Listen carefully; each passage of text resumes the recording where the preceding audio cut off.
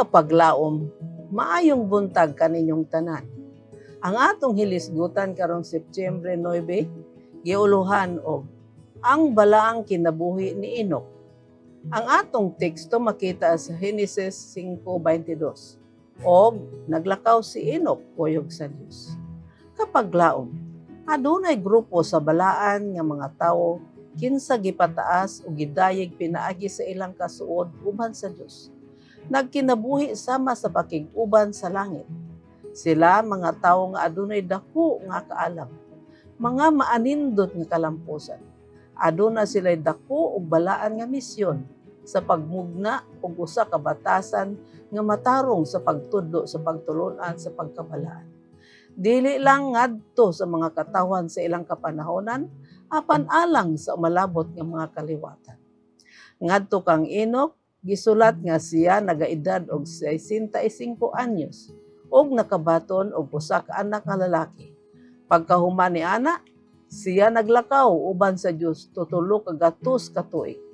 Panahon niining sayo nga mga katuigan si Enoch nahigugma ug nagbaton sa kahadlok diha sa Dios ug nagbantay sa iyang mga sugo.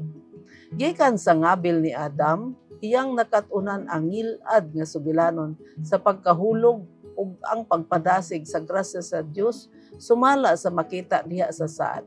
Og siya nagasalig diha sa manluluwas nga moabot. Mas nasabtan niya ang iyang kaugalingong mga katungdanan og responsibilidad ingon nga anak sa Dios. Og samtang iyang nakita ang gugma sa anak ngadto sa amahan niini, ang yano nga pagsalig sa pagpanalipod niini, samtang iyang nabati ang lalong nagahandom nga kalumo sa iyang kaugalingong kasing-kasing alang sa iyang pinakaunang anak nga lalaki. Iyang nakatunan ang bililhon nga pagtulunan sa kaybulungan nga gugma sa Dios ngadto sa tawo diha sa gasa sa iyang anak ug kasiguruhan nga mahimong masaligan sa mga anak sa Dios diha sa langit nun nga amahan. Ang walay kinutuban, dili masukod nga gugma sa Dios pinaagi kang Kristo nahimong suhito sa iyang mga pagpamalandong sa adlaw ug sa gabi ug sa tanang kadasig sa iyang kalag.